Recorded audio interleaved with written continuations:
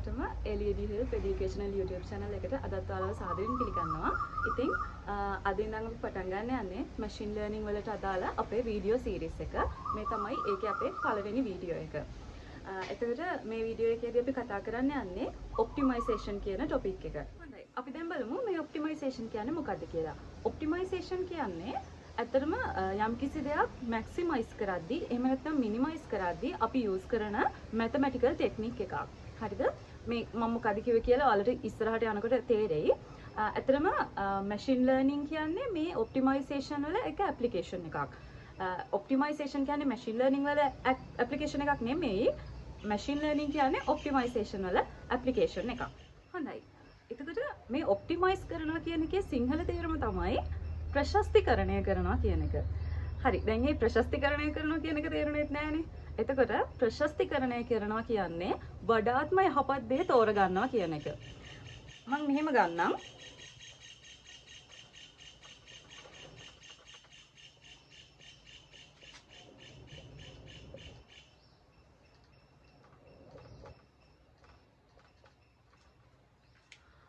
අපි එන්ටර් කරන යම්කිසි ඉන්පුට්ස් ටිකකින් හම්බ වෙන්න පුළුවන් වඩාත්ම හොඳ අවුට්පුට් එක ගන්නවා. හරිද? අපි මැෂින් එකට එන්ටර් කරනවා කිසියම් ඉන්පුට්ස් ටිකක් ඒකෙන් අපිට එන්න පුළුවන් වඩාත්ම යහපත් අවුට්පුට්ස් ටික තෝරගන්නවා. අන්න ඒකට තමයි කියන්නේ ඔප්ටිමයිස් කරනවා කියලා. එතකොට අපිට වඩාත්ම යහපත් අවුට්පුට්ස් ටික තෝරගන්න එක එහෙම නැත්නම් වඩාත්ම යහපත් ප්‍රතිඵලය තෝරගන්න එකට තමයි අපි කියන්නේ ඔප්ටිමයිස් කරනවා කියලා. එහෙම නැත්නම් ඒකට තමයි කියන්නේ best possible output එක තෝරගන්නවා කියන එක. හරිද? හොඳයි. එතකොට අපිට ප්‍රශ්නයක් හම්බ වුණාම අපි කොහොමද ඒක තේරුම් ගන්නේ මේක ඔප්ටිමයිසේෂන් වලට අදාළ ප්‍රශ්නයක් කියලා? අපි ඒක තේරුම් ගන්නේ ඔයාලට හම්බ වෙනවා නම් මෙන්න මෙහෙම වචන ටිකක්. optimum, maximize something. එහෙම නැත්නම් minimize something. මෙන්න මේ වගේ වචන සෙට් එකක් හම්බ වුණොත් ඔයාලා තේරුම් ගන්න මේක ඔප්ටිමයිසේෂන් වලට අදාළ ප්‍රශ්නයක් කියලා. හරි. එතකොට ඔප්ටිමයිසේෂන් කියන්නේ make it best කියන එක. ඒ කියන්නේ හොඳම දේ ලබා ගන්න කියන එක. එතකොට ඒක මැක්සිමයිස් කරලා වෙන්න පුළුවන්, මිනිමයිස් කරලා වෙන්න පුළුවන්. අපිට පුළුවන් හොඳම ප්‍රතිඵලය ලබා ගන්න. එතකොට මේ ඔප්ටිමයිසේෂන් කියන concept එක manufacturing field එකේ, engineering field එකේ, mechanics field එකේ වගේ ගොඩාක් fields වල use වෙනවා. හොඳයි. එතකොට ඔප්ටිමයිසේෂන් සහ මැෂින් ලර්නින් අතර තියෙන රිලේෂන්ෂිප් එක මොකක්ද? මැෂින් ලර්නින් කියන්නේ ඔප්ටිමයිසේෂන් වල එක ඇප්ලිකේෂන් එකක්. හොඳයි. මම මේකට රියල් වර්ල්ඩ් එක්සැම්පල් එකක් විදියට ගන්නම් warehouse එකක්. warehouse එකක හිතන්න අපිට ඕන ලොකේෂන් එකට අනුව එයාලගේ shipment time එක මිනිමයිස් කරගන්න. අපි ඒ කියන්නේ ඉන්පුට්ස් විදියට අපි දෙනවා ලොකේෂන් එක.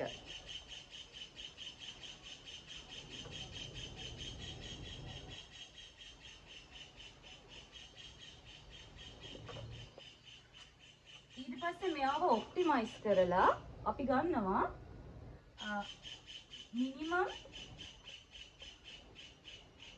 මිනිමයිස් කරනවා shipment time එක.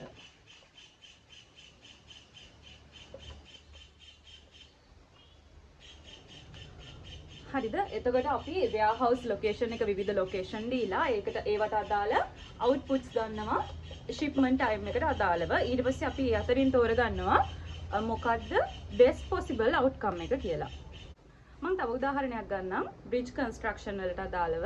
එතකොට bridge construction එකකදී අපි design එක output input එක විදිහට design එක දීලා අපි බලනවා bridge එකේ බර දරා ගැනීමේ හැකියාව වැඩිම වෙන්නේ මොන වගේ designs වලදීද කියලා. එතකොට අපි input එක විදිහට දෙනවා design එක. ඊට පස්සේ මේ optimization technique එකක් දාලා අපි best possible outcome එක ගන්නවා. ඒ තමයි load bearing max. ඊට මේ load bearing එක maximize කරන්න තමයි අපිට ඕන. බර දරා ගැනීමේ හැකියාව උපරිම කරන්නයි ඕන. ඒකට අපි inputs විදියට design එක දෙනවා. ඒකලා අපේ load bearing best possible outcome එක ගන්නවා optimization technique එකක් හරහා. එතකොට මේ වගේ ප්‍රොබ්ලම් එකක් සොල්ව් කරන්න අපි යූස් කරන්නේ optimisation algorithms. Machine learning algorithms නෙමෙයි ඔප්ටිමයිසේෂන් ඇල්ගොරිතම්. හොඳයි. මම දැන් මේ ඔප්ටිමයිසේෂන් කියන එකට ෆෝමල් ඩිස්ක්‍රිප්ෂන් එකක් කිව්වොත් ඒ කියන්නේ අපි කිසියම් ෆන්ක්ෂන් එකකට එහෙම නැත්නම් ශ්‍රිතයකට අදාළව එයාගේ මැක්සිමා එක හෝ මිනිමා එක ලබා ගන්නවා යම්කිසි කන්ස්ට්‍රේන්ට්ස් ටිකකට යටත් වෙලා. ඒ කියන්නේ කිසියම් සීමා කිරීම ටිකකට යටත් වෙලා ගණිතමය වශයෙන් එයාගේ මැක්සිමම් එක හෝ මිනිමම් එක හොයාගන්න එක තමයි ඔප්ටිමයිසේෂන් වලදී අපි කරන්නේ. හොඳයි, දැන් අපි කතා කරමු ඔප්ටිමයිසේෂන් ඇල්ගොරිතම්ස් ගැන. එතකොට මේ ඔප්ටිමයිසේෂන් ඇල්ගොරිතම්ස් ට්‍රැඩිෂනල් ප්‍රෝග්‍රෑමින් යටතට වැටෙන දෙයක්. ට්‍රැඩිෂනල් ප්‍රෝග්‍රෑමින් කියන්නේ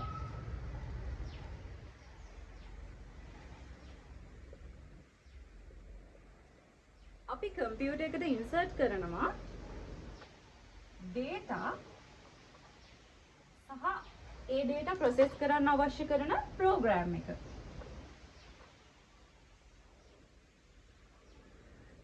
අපි කරන්නේ කම්පියුටර් එකට enter කරනවා අපේ data ටික සහ data ටික process කරන්න අවශ්‍ය කරන program එක. ඒ ඇසුරින් අපි ලබා ගන්නවා outputs ටික. හරිද? නමුත් machine learning වලදී අපි කරන්නේ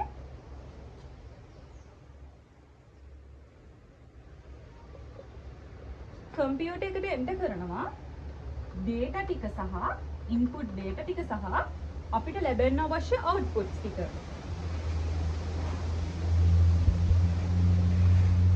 මේ data සහ outputs එන්ටර් කරලා ඒ ඇසුරෙන් අපි ලබා ගන්නවා මේකට හොඳම program එක.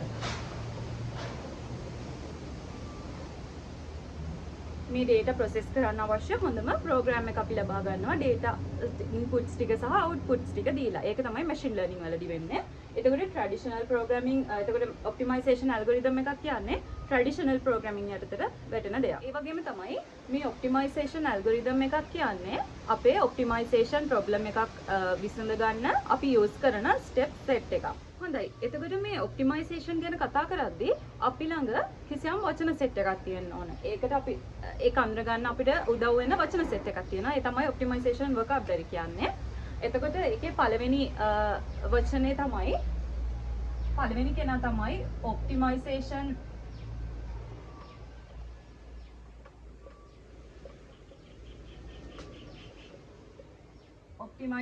function එහෙමත් නැත්නම් objective function කියන්නේ.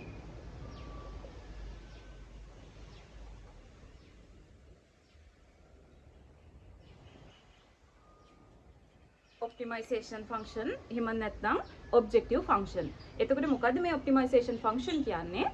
කිසියම් දෙයක maximum එක හෝ minimum එක ලබා ගන්න අපි පාවිච්චි කරන ගණිතමය ශ්‍රිතයකට තමයි optimization function එකක් කියන්නේ. ඒ කියන්නේ හැම වෙලේම අපි කියන්න ඕන අපිට ලබා ගන්න ඕන මැක්සිමම් එක හෝ මිනිමම් එක ගණිතමය ෆන්ක්ෂන් එකක් විදියට.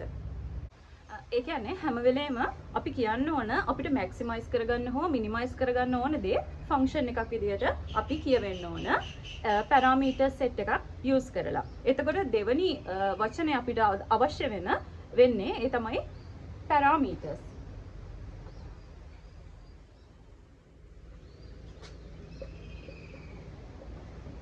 එහෙමත් නැත්නම් variables.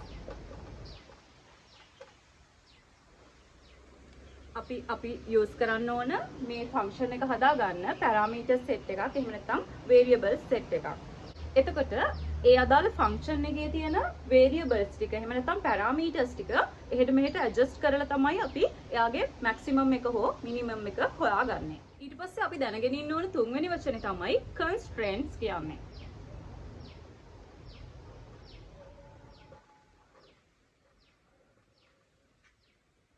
constraints කියන්නේ අපිට ලබා ගන්න ඕන value එක අපි යම්කිසි range එකකට සීමා කරනවා කිසියම් සීමා කිරීම. එහෙම නැත්නම් constraints ටිකක් දාලා. constraints කියන්නේ අපි use කරන parameters වලට තියෙන්න පුළුවන් range එක අපි සීමා කරනවා කිසියම් අගයන් ටිකකට. මෙන්න මේ constraints එහෙම නැත්නම් සීමා කිරීම කීපයක් යොදලා. එතකොට අපිට ලැබෙන්න පුළුවන් output එකත් සීමා වෙනවා අන්න ඒ අපි භාවිතා කරන constraints ටිකට අනුව. හොඳයි. අපි දැන් ප්‍රශ්නයක් දැක්කම අපි මුලින්ම කරන්න ඕන අපි අඳුර ගන්න ඕනේ මේ ප්‍රශ්නේ ඔප්ටිමයිසේෂන් වලට අදාළ ප්‍රශ්නයක්ද නැද්ද කියන එක. ඒකට මම අර කිව්වා වගේ වචන සෙට් එකක් තියෙනවා ඔප්ටිමම්, මැක්සිමම්, මැක්සිමයිස්, මිනිමයිස් වගේ වචන සෙට් එකක් තියෙනවා. ඒ වගේ අඳුර ගන්න පුළුවන් ඒක ඔප්ටිමයිසේෂන් වලට අදාළ ප්‍රශ්නයක්ද නැද්ද කියලා. ඊට පස්සේ ඒ ප්‍රශ්නේ ඔප්ටිමයිසේෂන් වලට අදාළයි කියලා අඳුනගත්තට පස්සේ අපි කරන්නේ මොඩල් එකක් ක්‍රියේට් කරනවා. මේ මොඩල් එක ක්‍රියේට් කරන්නේ මෙන්න මේ ඔප්ටිමයිසේෂන් ෆන්ක්ෂන් පැරාමීටර්ස් සහ කන්ස්ට්‍රේන්ට්ස් යූස් කරලා. හරිද? ගොඩාක් ඔප්ටිමයිසේෂන් ෆන්ක්ෂන්ස් වලට කන්ස්ට්‍රේන්ට්ස් තියෙනවා. ඉඳලා හිටලා ඒවට තමයි නැති වෙන්නේ කන්ස්ට්‍රේන්ට්ස්. අපි දැන් කතා කරමු ඔප්ටිමයිසේෂන් ප්‍රොබ්ලම්ස් වර්ග ගැන. ඔප්ටිමයිසේෂන් ප්‍රොබ්ලම්ස් ප්‍රධාන වශයෙන් වර්ග දෙකක් තියෙනවා. ඒ තමයි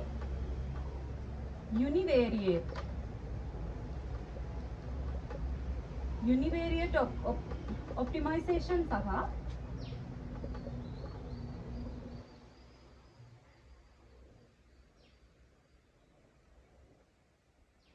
multivariate optimization.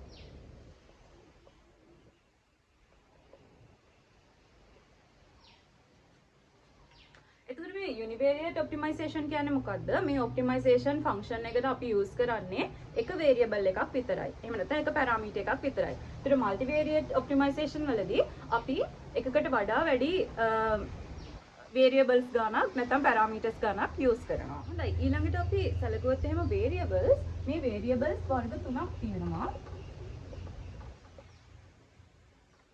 discrete variables, continuous variables සහ binary variables කියලා. මේ discrete variables කියන්නේ අපිට ගණන් කරගන්න පුළුවන් අගයන්. උදාහරණයක් විදිහට ගත්තොත් පන්තියක ඉන්න ළමයි ගාන. පන්තියක ඉන්න ළමයි ගාන 33.5ක් වෙන්න බෑනේ. 33.3ක් වෙන්න බෑ. එතකොට පන්තියක ඉන්න ළමයි ගාන 33යි. ඒ වගේ අපිට හරියටම අගයක් ගන්න පුළුවන් ඒවට තමයි අපි කියන්නේ discrete variables කියලා. ඊට පස්සේ continuous variables කියන්නේ කිසියම් range එකක් ඇතුලේ තියෙන ඔක්කොම අගයන් ගන්න. ඒ කියන්නේ ඉන්ෆයිනයිට් අගයන් ගානක් තියෙනවා අපි ගත්තොත් බිඳුවේ ඉඳන් 1 වෙනකන් අගයන් ගත්තොත් 0.1 0.01 0.01 ඒ වගේ අපිට අනන්ත අගයන් ප්‍රමාණයක් ගන්න පුළුවන් ඒ රේන්ජ් එක ඇතුලේ. අන්න ඒ වගේ ඒවට තමයි අපි කියන්නේ continuous variables කියලා. මේ ඔප්ටිමයිසේෂන් ප්‍රොබ්ලම්ස් අපිට තව විදිහකට වර්ග කරන්න පුළුවන්. ඒ තමයි ස්ටැටික් සහ ඩයිනමික් කියන විදිහට.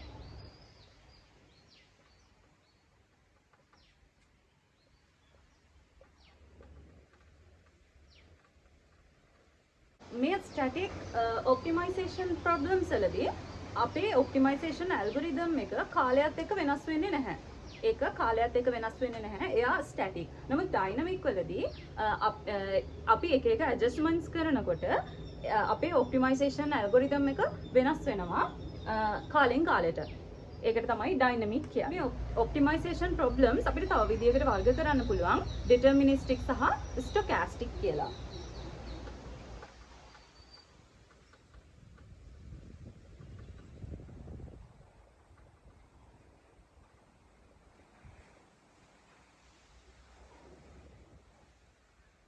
එතකොට ඩෙටර්මිනිස්ටික් කියන්නේ මොකක්ද බැලුවොත් ඩෙටර්මිනිස්ටික් කියන්නේ අපි එන්ටර් කරන කිසියම් ඩෙෆිනිට් ඉන්පුට්ස් ටිකකට අදාළව අපිට ඩෙෆිනිට් අවුට්පුට්ස් ටිකක් ලැබෙනවා.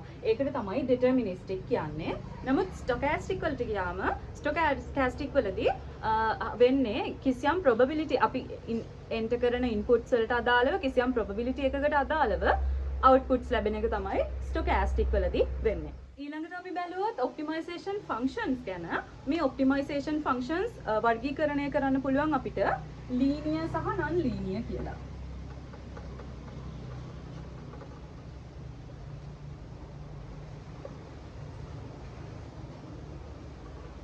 එතකොට මේ ලීනියර් ඔප්ටිමයිසේෂන් ෆන්ක්ෂන්ස් වල graph එක ඇන්දොත් අපිට හම්බ වෙන්නේ මෙන්න මේ වගේ ලීනියර් graph එකක්.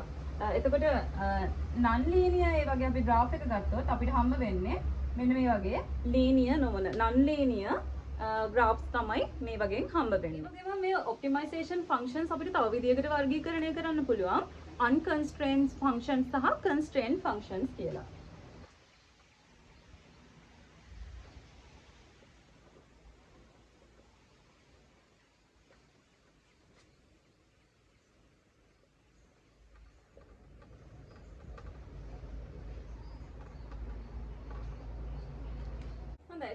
unconstrained functions කියන්නේ මේ functions වලට කිසිම constraint එකක් අදාළ වෙන්නේ නැහැ. කිසිම constraint එකක් අපි දාන්නේ නැහැ. හරිද? එයාලා constraint නැතුව තියෙන functions තමයි unconstrained functions කියන්නේ. එතකොට අපි උදාහරණයක් විදිහට ගත්තොත් xy සමානයි x වර්ගය ධන 2y වර්ගය කියලා ගමු. එතකොට මේ ෆන්ක්ෂන් එකේ එකට අපි කිසිම constraint එකක් දාන්නේ නැහැ. අපිට කෙලින්ම මේ ෆන්ක්ෂන් එකට x සහ y හොයාගෙන අපිට පුළුවන් එයාගේ අදාළ maximum එක හෝ minimum එක calculate කරගන්න. එතකොට මේ constraint functions එහෙම නැත්නම් optimization with constraints කියන්නේ අපි භාවිත කරන optimization function එකට අපි constraints එහෙම නැත්නම් සීමා කිරීම දානවා. උදාහරණ විදිහට මම ගන්නම් xy සමානයි x වර්ගය ධන 2y වර්ගය. මෙයාට අපි constraint එකක් දානවා x බිඳුවට වඩා විශාල වෙන්න ඕන කියලා. මේක අපි කරන සීමා කිරීමක්. එතකොට x ගේ අගය අනිවාර්යයෙන්ම බිඳුවට වඩා වැඩි අගයක් වෙන්න ඕන. එහෙම නැත්නම් ඍණ අගයක් එහෙම වෙන්න බෑ. ඊළඟට අපි use කරන constraints ගැන කතා කළොත් මේ constraints වර්ග දෙකක් තියෙනවා. inequality constraints සහ equality constraints කියලා.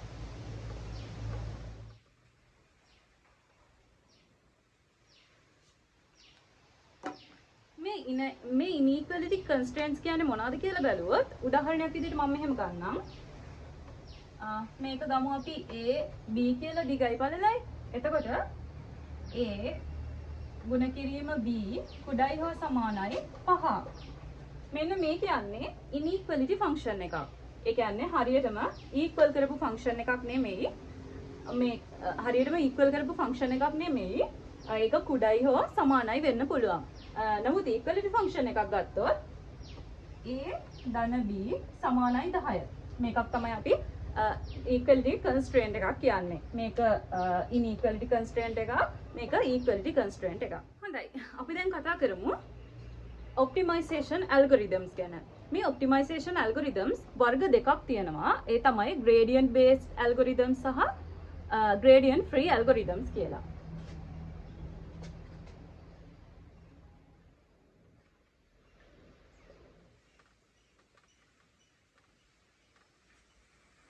හරි මේ gradient based algorithms සහ gradient free algorithms ගැන කතා කරන්න කලින් අපි මුලින්ම බලමු මේ gradient කියන්නේ මොකක්ද කියලා. අපි ගත්තොත් මෙන්න මෙහෙම ප්‍රස්තාරයක්. මෙන්න මේ වගේ linear function linear graph එකක් ගත්තොත්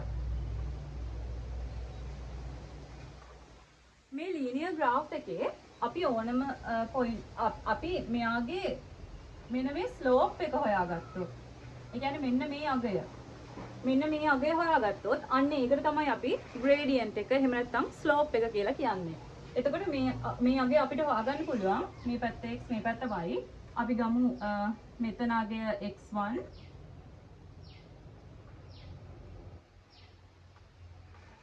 මෙතන අගය x2 මේ අගය y1 මේ අගය y2 කියලා. එතකොට අපිට මේ alpha එහෙම නැත්නම් අපේ gradient එක හොයාගන්න පුළුවන්. alpha සමානයි y2 y1 බෙදීම x2 x1 වලින්. ඒ කියන්නේ delta y.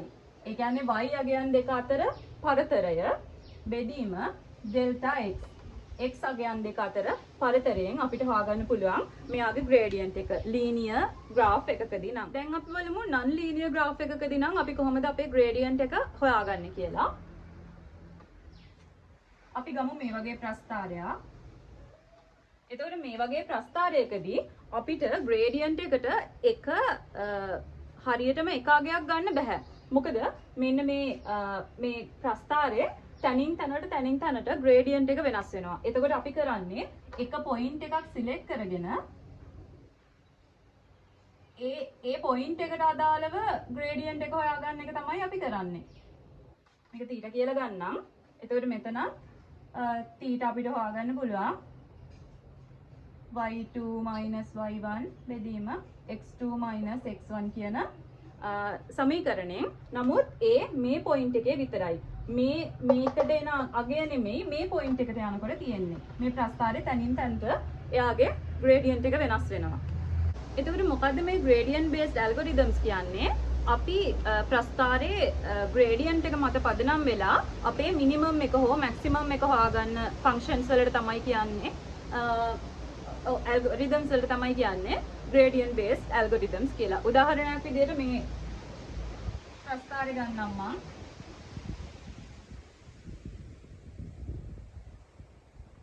මේ වගේ curved function එකක් තියෙනවා curved graph එකක් තියෙනවා කියලා හිතන්න. එතකොට මේ graph එකේ අපිට පුළුවන් මේ අපිට අවශ්‍ය maximum එක හෝ minimum එක හොයාගන්න මේ points වල gradient එක calculate කරලා.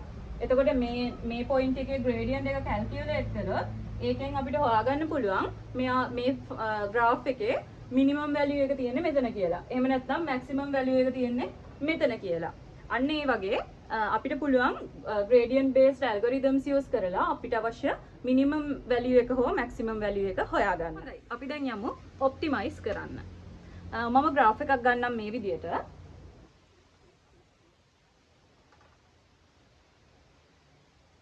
හරි. දැන් හිතන්න අපිට ඕන මේ ප්‍රස්ථාරය use කරලා අපේ function එකේ minimum value එක හොයාගන්න. හිතන්න අපි පටන් ගන්නවා කියලා මෙතනින් මේ point එකෙන් පටන් ගන්නවා. මේ point එකෙන් පටන්ගෙන අපි පහළට එනවා. එනකොට අපිට තේරෙනවා මෙතන මේ point එක minimum point එකක් කියලා.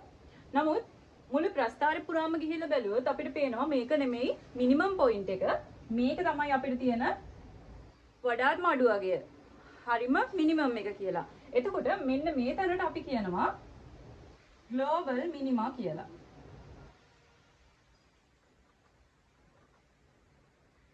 එතකොට අපිට හම්බ වෙන මෙන්න මේ වගේ වෙනත් මිනිමම් අගයන් ඒවට අපි කියනවා local minima කියලා.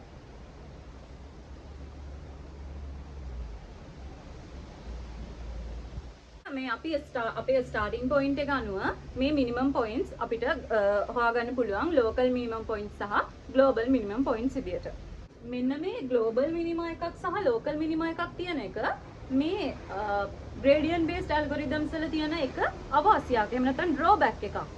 මේ gradient based algorithms වලට අපිට උදාහරණ විදියට ගන්න පුළුවන් gradient descent, coordinate descent, ඊට පස්සේ Wolfram algorithm වගේ algorithms අපිට ගන්න පුළුවන් මේ gradient descent, gradient based algorithms විදියට. අපි දැන් බලමු මේ gradient free algorithms කියන්නේ මොනවද කියලා.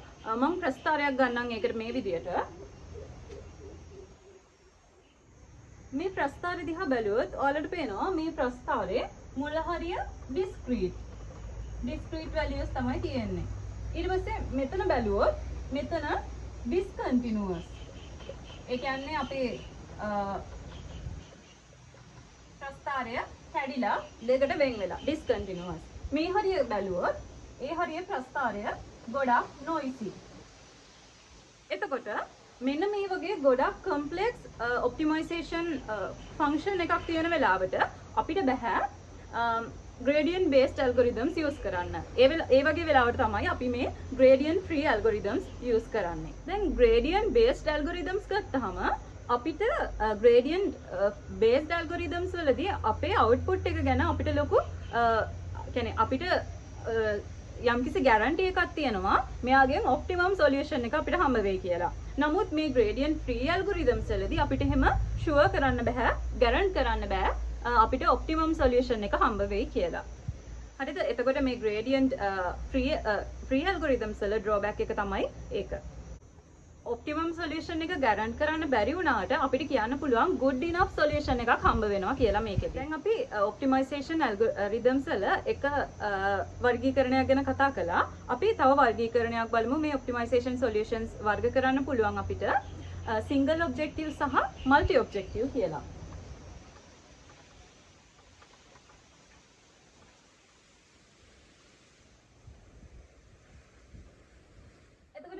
single objective ගැන කතා කළොත් මේ single objective වලදී අපිට maximize කරගන්න හෝ minimize කරගන්න ඕන එක objective function එකක් විතරයි. නමුත් multi objective වලදී එහෙම නෙමෙයි අපිට optimization functions කිහිපයක් optimize කරගෙන තමයි maximum එක හෝ minimum එක හොයාගන්න වෙන්නේ. ඊළඟට මේ optimization solutions ගැන කතා කරොත් මේ optimization solutions තියෙන පුළුවන් වර්ග දෙකක්. ඒ තමයි feasible solutions සහ optimal solutions කියන්නේ.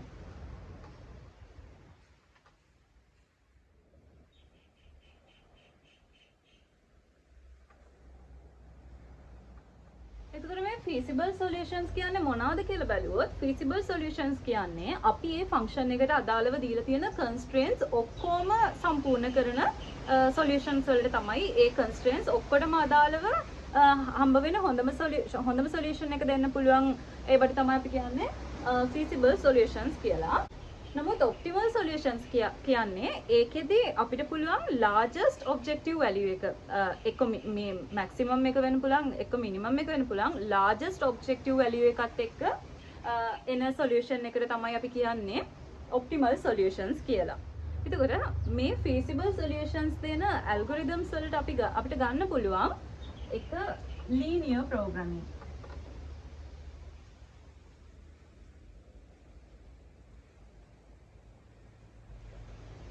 ඊට පස්සේ integer linear programming.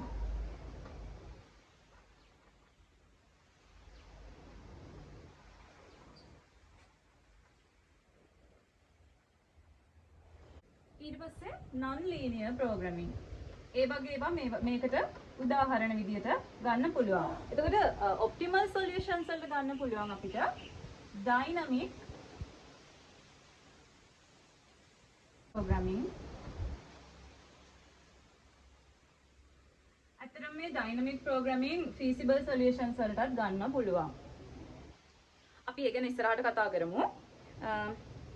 ඒ වගේම තමයි heuristic approaches. heuristic approaches ගන්න පුළුවන් optimal solutions වලට. හොඳයි. අද අපි machine learning වල පළවෙනි part එක විදියට කතා කරන්න බලාපොරොත්තු වෙන්නේ මේ ටික විතරයි. දැන් ඔයාලා යන්න ගිහිල්ලා ටිකක් rest කරන්න. මේ වීඩියෝ එක බලලා ඉවරලා ටිකක් rest කරන්න මොනවා හරි කන්න සින්දුවක් අහන්න. අහලා ඊළඟට අපිත් එක්කම ආයිත් එකතු වෙන්න. අපි ඊළඟ වීඩියෝ එකේදී කතා කරනවා linear programming ගැන. එහෙනම් මේ වීඩියෝ එකත් එක්ක සම්බන්ධ වුණාට හැමෝටම ගොඩක් ස්තුතියි. ඔයාලා තාමත් අපේ channel එක subscribe කරලා නැත්නම් දැන්ම subscribe කරන්න bell icon එකත් press කරන්න අපිත් එක්කම දිගටම ඉන්න.